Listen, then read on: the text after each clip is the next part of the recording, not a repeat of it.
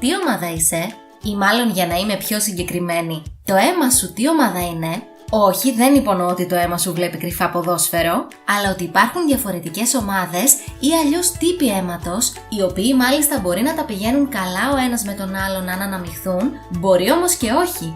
Και επειδή είμαι σίγουρη ότι ήδη υπάρχουν απορίες, πάμε στο παρασύνθημα. Πολύ χοντρικά, το αίμα αποτελείται από δύο τμήματα. Το υγρό τμήμα του ονομάζεται πλάσμα, αποτελεί το 55% του συνολικού όγκου του αίματος, έχει διάφανο κυτρινοπό χρώμα και είναι το μέσο στο οποίο βρίσκονται ουσίες όπως πρωτεΐνες και ηλεκτρολίτες. Το δεύτερο τμήμα αποτελείται από τα στερεά στοιχεία που κολυμπάνε στο πλάσμα, όπως τα λευκά αιμοσφαίρια που βοηθούν στο ανοσοποιητικό μας, τα αιμοπετάλια που βοηθούν στην πήξη όταν αυτή είναι απαραίτητη και τα ερυθρά αιμοσφαίρια που έχουν ως βασικό ρόλο τη μεταφορά οξυγόνου στο σώμα. Για τα λευκά και τα αιμοπετάλια έχει γίνει ήδη μια αναφορά σε αντίστοιχα βίντεο. Ώρα να ασχοληθούμε λοιπόν και με τα ερυθρά αιμοσφαίρια. Αυτά είναι κύτταρα σε σχήμα φρίσμπι, που όμως τους λείπει ο πυρήνας, εξού και το χαρακτηριστικό βαθούλωμα που έχουν.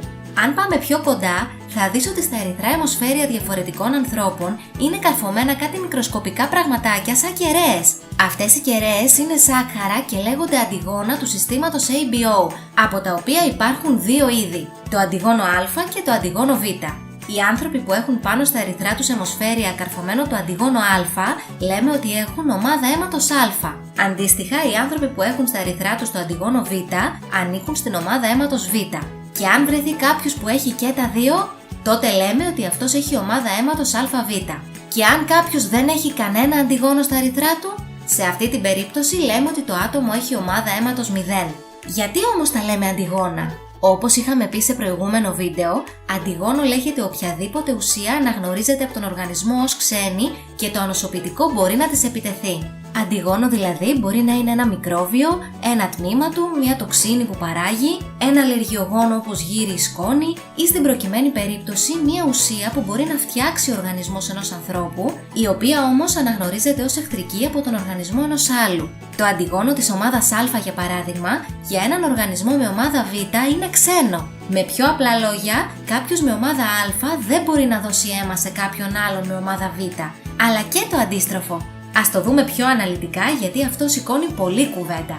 Το πιο απλό πράγμα που μπορείς να θυμάσαι είναι ότι στο σώμα υπάρχουν αντισώματα τα οποία βρίσκουν και εξοντώνουν τα αντιγόνα που δεν έχει ο οργανισμός, που του είναι δηλαδή ξένα. Ένας άνθρωπος λοιπόν με ομάδα Α έχει στα ερυθρά του μόνο το αντιγόνο Α. Γι' αυτό τον οργανισμό η ομάδα Β είναι εχθρός και γι' αυτό αν τυχόν βρεθεί κάποιο ερυθρό αιμοσφαίριο με αντιγόνο Β να κόβει βόλτες, υπάρχουν αντισώματα που είναι έτοιμα να του επιτεθούν. Δεν μπορούμε δηλαδή να δώσουμε σε αυτόν τον άνθρωπο αίμα από την ομάδα Β ή από την ΑΒ. Μπορούμε μόνο από την Α ή από τη 0. Μην ξεχνάς ότι τα ερυθρά αιμοσφαίρια με ομάδα 0 δεν έχουν καθόλου αντιγόνα πάνω τους. Οπότε η 0 μπορεί άνετα να δώσει στην Α. Ποιος θα της επιτεθεί? Αντίστοιχα, κάποιος με ομάδα Β δεν έχει στον οργανισμό του αντιγόνα Α και ούτε θέλει να αποκτήσει. Γι' αυτό το λόγο έχει φτιάξει αντισώματα εναντίον τους. Άρα σε αυτή την περίπτωση δεν μπορεί να πάρει αίμα από την ομάδα Α, αλλά όπως και πριν ούτε και από την ΑΒ. Το μόνο αίμα που δέχεται είναι από την ομάδα Β ή από την ομάδα 0. Τώρα, κάποιος με ομάδα ΑΒ έχει και το Α και το Β αντιγόνο, οπότε δεν τον νοιάζει να πάρει αίμα από οποιαδήποτε ομάδα. Η ΑΒ όμως, επειδή έχει και τα δύο αντιγόνα, μπορεί να δώσει αίμα μόνο σε ΑΒ. Και η 0 δίνει σε όλους αίμα, αφού δεν έχει καθόλου αντιγόνα και κανείς δεν την αναγνωρίζει ως ξένη. Η ίδια αντιθέτως, όταν πρόκειται να πάρει αίμα, τους αναγνωρίζει όλους σαν ξένους. Το αντιγόνο Α, τι είναι αυτό, δεν βρίσκεται στον οργανισμό, επίθεση. Το Β, το ίδιο. Ένας ασθενής λοιπόν με ομάδα αίματος 0 μπορεί να πάρει αίμα αυστηρά και μόνο από ομάδα 0. Ελπίζω να είναι όλα καλά μέχρι εδώ, γιατί λέω να το δυσκολέψω λίγο ακόμα. Θα έχει σίγουρα ακούσει ότι όταν κάποιος λέει την ομάδα αίματός του, συνήθως τη συνοδεύει με ένα πρόσημο. Α θετικό, Β αρνητικό, 0 θετικό, το έχεις προσέξει? Το θετικό και το αρνητικό λοιπόν αναφέρονται σε ένα άλλο αντιγόνο, σε μια πρωτεΐνη των ερυθρών αιμοσφαιρίων εκτός του συστήματος ABO, η οποία λέγεται ρέζους. Όποιος την έχει λέμε ότι είναι ρέζους θετικό, ενώ σε όποιον λείπει ρέζους αρνητικό.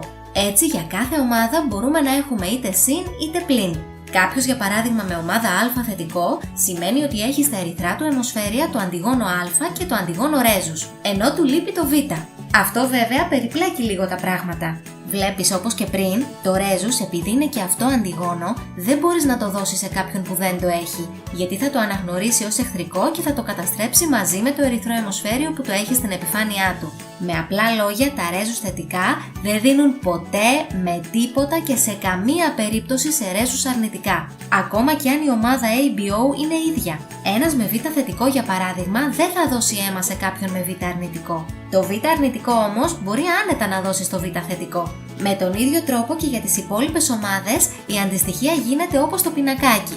Αξίζει να σημειωθεί εδώ ότι, όπως βλέπεις, το 0 αρνητικό, επειδή δεν έχει κανένα αντιγόνο, μπορεί να δώσει όπου θέλει χωρίς κανείς να το περάσει για εχθρό. Ενώ το 0 θετικό, επειδή έχει το ρέζους, μπορεί να δώσει μόνο σε θετικές ομάδες. Επιπλέον, το 0 αρνητικό μπορεί να πάρει μόνο από 0 αρνητικό, αφού γι' αυτό όλες οι υπόλοιπες ομάδες με τα αντιγόνα τους είναι ξένες.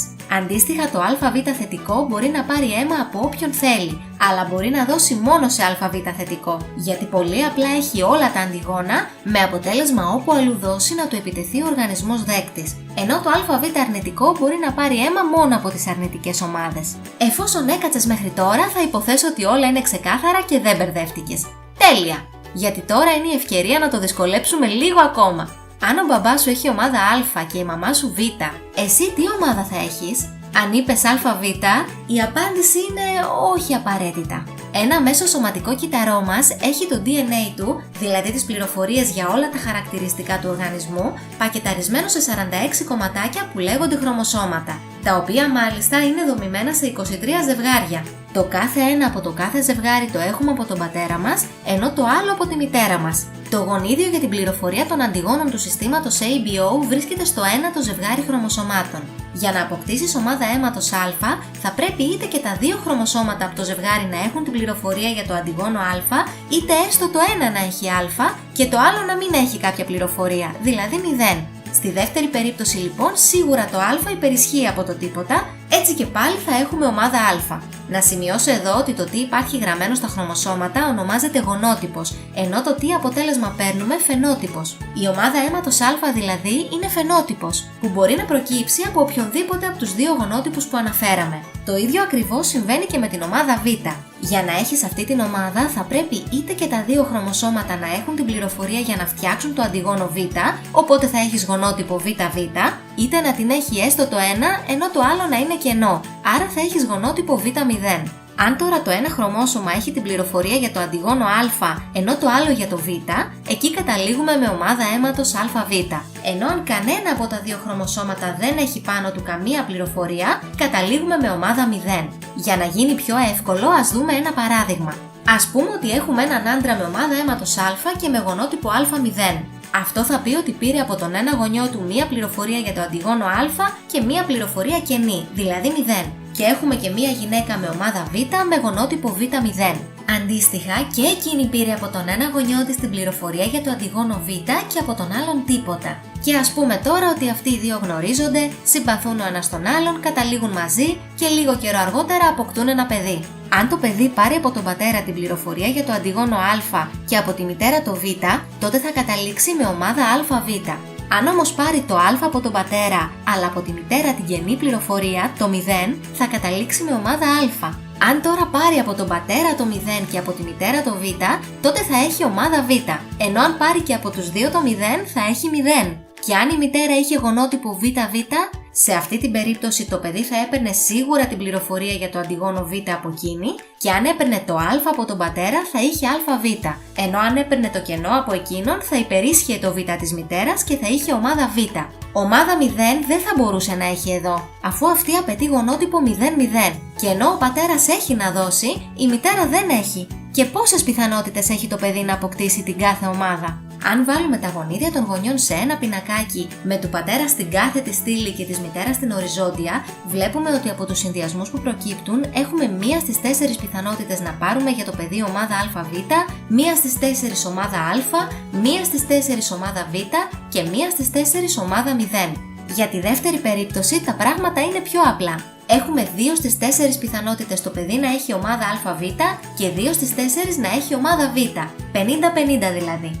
Θες άλλο παράδειγμα? Ο άντρας έχει ΑΒ και η γυναίκα 0. Το παιδί θα έχει σίγουρα μία πληροφορία για 0 εφόσον η μητέρα δεν έχει να δώσει κάποιο αντιγόνο, αλλά από τον πατέρα θα πάρει είτε την πληροφορία για το α είτε για το β.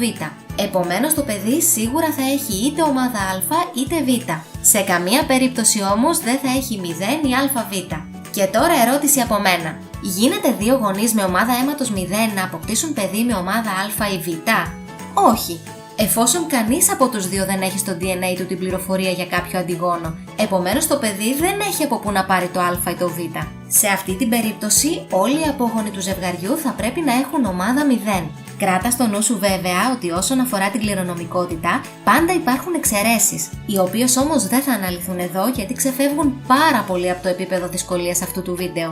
Τα βασικά όμως για την ύλη του Λυκείου είναι αυτά. Ελπίζω να ξεδιάλυναν κάποια πράγματα, ειδικά αν πλησιάζει τις Πανελλήνιες. Και εννοείται ότι όπως πάντα το βίντεο αυτό είναι απλώς ενημερωτικό και δεν μπορεί να χρησιμοποιηθεί για να βγει κάποιο ιατρικό συμπέρασμα ή διάγνωση. Αν έχεις οποιαδήποτε απορία όσον αφορά την υγεία σου ή οτιδήποτε άλλο έχει να κάνει με σένα, θα πρέπει να ρωτήσεις μόνο το γιατρό που σε παρακολουθεί.